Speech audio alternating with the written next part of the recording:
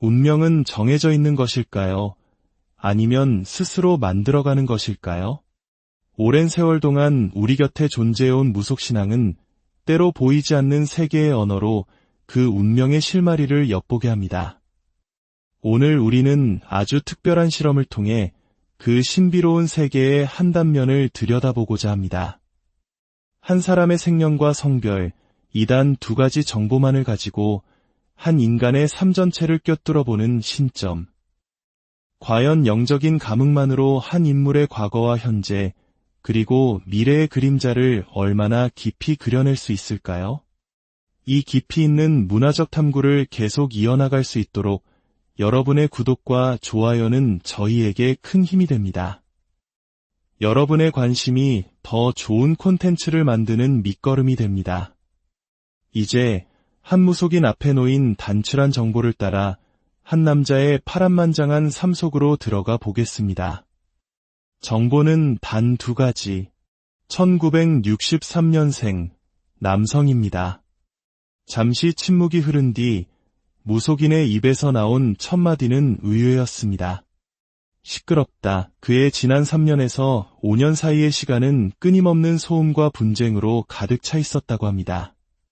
관제, 즉 법적인 문제와 구설, 사람들의 입에 오르내리는 시비가 그를 떠나지 않았다는 것입니다.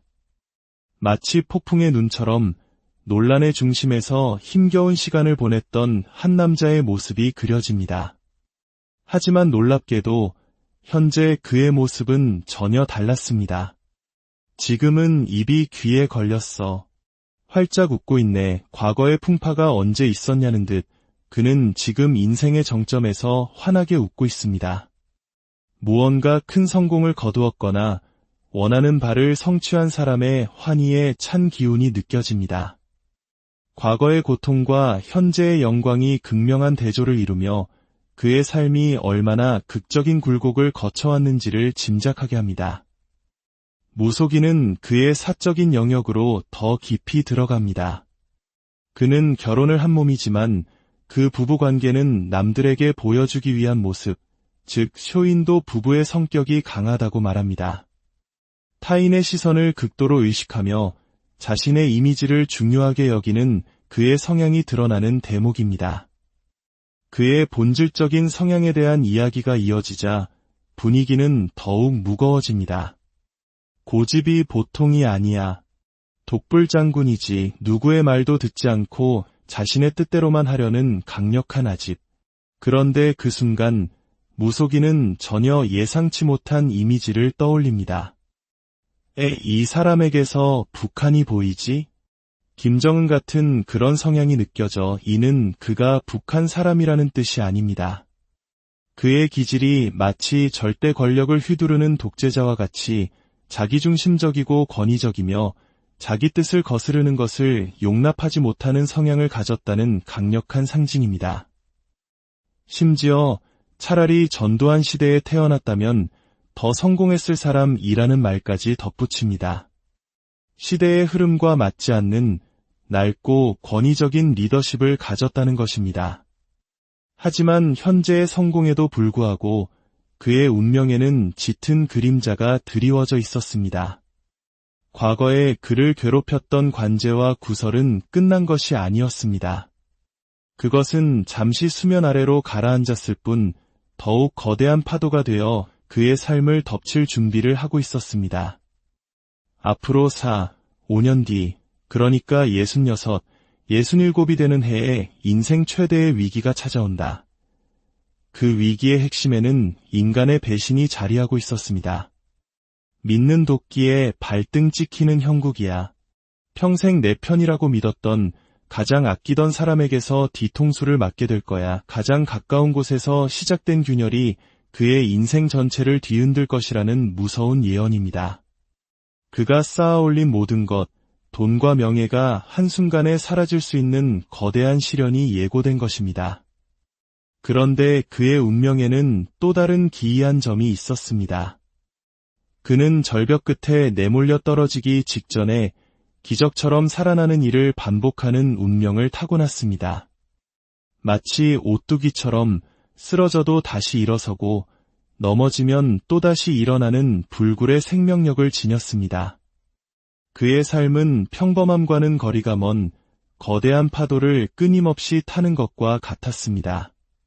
그는 나라의 녹을 먹을, 즉 정치나 고위공직에 오를 운명을 타고났다고 합니다.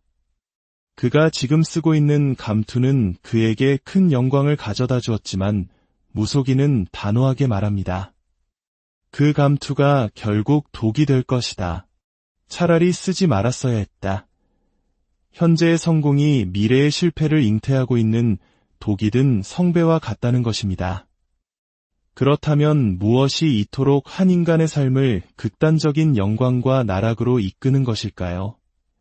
무속인은 그 해답을 보이지 않는 영적인 세계에서 찾습니다. 이 남자에게는 강력한 조상의 보살핌이 있었습니다. 할머니와 할아버지가 그의 명주를 붙잡고 위기 때마다 그를 지켜주고 있었습니다. 조상 대대로 쌓아온 공덕이 그를 수많은 위기에서 구해냈던 것입니다. 하지만 동시에 그의 주변에는 조상이 아닌 다른 존재들, 바로 한 맺힌 망자들이 수없이 떠돌고 있었습니다. 이들은 그로 인해 억울하게 죽거나 삶을 포기한 원혼들로 끊임없이 그를 무너뜨리려 하고 있었습니다. 결국 그의 삶은 그를 지키려는 조상의 힘과 그를 파멸시키려는 원혼들의 저주가 충돌하는 거대한 영적 전쟁터였던 것입니다. 조상의 힘이 강해질 때는 위기를 극복하고 다시 일어서지만 원혼들의 기운이 강해지면 걷잡을 수 없는 구설과 관제에 휘말리며 추락하는 운명의 반복. 이 모든 기운을 느끼던 무속인은 극심한 두통과 불쾌감을 호소하며 점사를 마쳤습니다. 한 사람의 사주에 얽힌 복잡하고 어두운 기운이 그에게까지 영향을 미친 것입니다. 한 남자의 삶을 통해 우리는 운명의 기이한 양면성을 봅니다. 조상의 덕으로 위기를 극복하는 행운과 자신의 업보로 인한 원혼들의 저주가 공존하는 삶. 스스로의 선택이 만들어낸 비극의 씨앗이 결국 자신의 발목을 잡는 모습. 과연 그는 예고된 미래의 파도를 넘어설 수 있을까요? 아니면 거대한 운명의 소용돌이 속에서 모든 것을 잃게 될까요? 그 답은 오직 시간만이 알고 있을 것입니다.